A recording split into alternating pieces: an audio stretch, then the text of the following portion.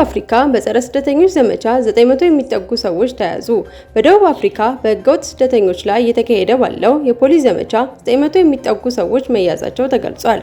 ባለስልጣናት እንዳሉት ዘመቻው በተለያዩ ከተሞች የተካሄደ ሲሆን የኢሚግሬሽን ህግ ጥሰዋል በተባሉ ሰዎች ላይ ያተኮረ ነው።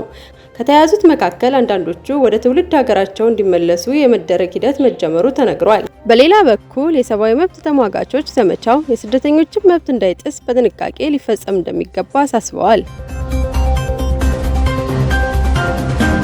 በኒውዮርክ 102 ፎቅ ያለው ሰማይ ጠቀስ ህንጻ ጫፍ ላይ የተጫጩት ሩሲያውያን ጥንዶች በፖሊስ ተያዙ።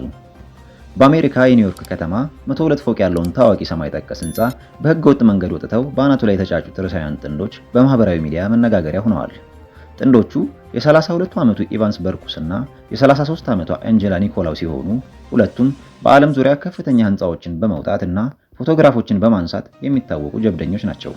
ኢቫን በህንጻው ጫፍ ላይ ተንበርክኮ የጋብቻ ጥያቄ ሲያቀርብላት፣ አንጀላም ጥያቄውን በመቀበል ቀለበት አስረዋል። የተፈጸመው የጋብቻ ጥያቄ በከፍታ ላይ ተቀርጾ በማህበራዊ ሚዲያ እጅግ በስፋት ተሰራጭቷል። ይሁን እንጂ የደስታ ስነ ስርዓታቸው ብዙ ሳይቆይ በህንጻው ላይ ያለ ፍቃድ በመውጣታቸውና የደህንነት ህጎችን በመጣሳቸው የኒውዮርክ ፖሊስ በቁጥጥር ስር አውሏቸዋል።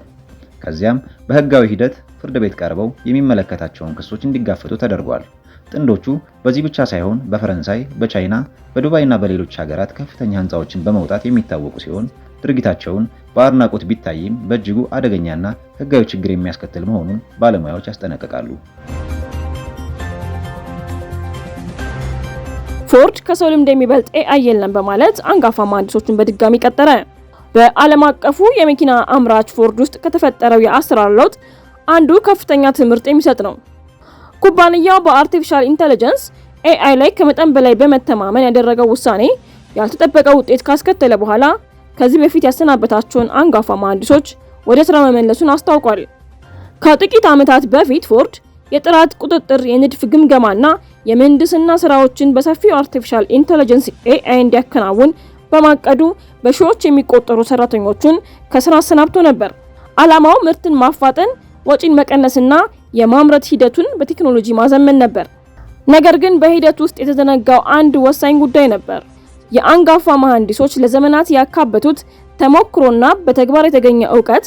እነዚህ ባለሙያዎች ስራቸውን ሲለቁ ያላቸውን ልምድ ለAI በበቂ ሁኔታ ማስተላለፍ ሳይችሉ ቀሩ።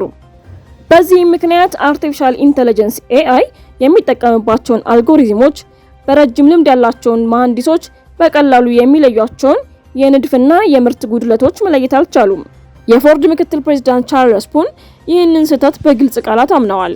እንደርሳቸው ገለጻ የንድፍ መረጃዎችን ለአርቲፊሻል ኢንተለጀንስ AI በመመገብ ብቻ ጥራቱ የተጠበቀ ምርት ማውጣት እንችላለን ብለን ማሰባችን ስህተት ነበርም ብለዋል። ይህን ተከትሎ ፎርድ በባለፉት 3 ዓመታት ያሰናበታቸውን ጨምሮ 350 የሚሆኑ አንጋፋ መሐንዲሶችን ወደ ስራ መልሷል። እነዚህ ባለሙያዎች በኩባንያው ውስጥ ባለሽበቶቹ በሚል ቅጽል ስም ይጠራሉ።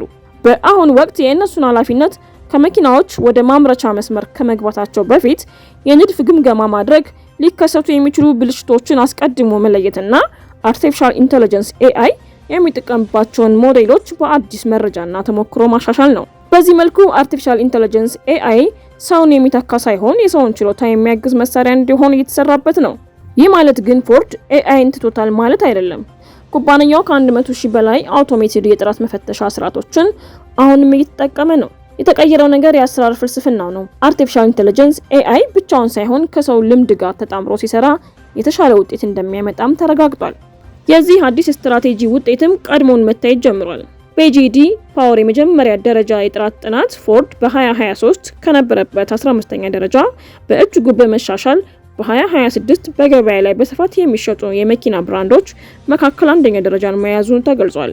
የፎርድ ተሞክሮ የሚያሳየው አርቲፊሻል ኢንተለጀንስ የወደፊቱ ቴክኖሎጂ ቢሆንም የሰውን ልምድ ፈጠራና በዘመናት የተገነባ ሙያዊ ዕውቀት ሙሉ በሙሉ መተካት እንደማይችል ነው። የወደፊቱ የሥራ ዓለም የሚገነባው በአርቲፊሻል ኢንተለጀንስ AI ወይም ሰው በሚል ምርጫ ላይ ሳይሆን አርቲፊሻል ኢንተለጀንስ AI ከሰው ጋር በሚለው ትብብር ላይ መሆኑን የፎርድ ታሪክ በግልጽ ያሳያል።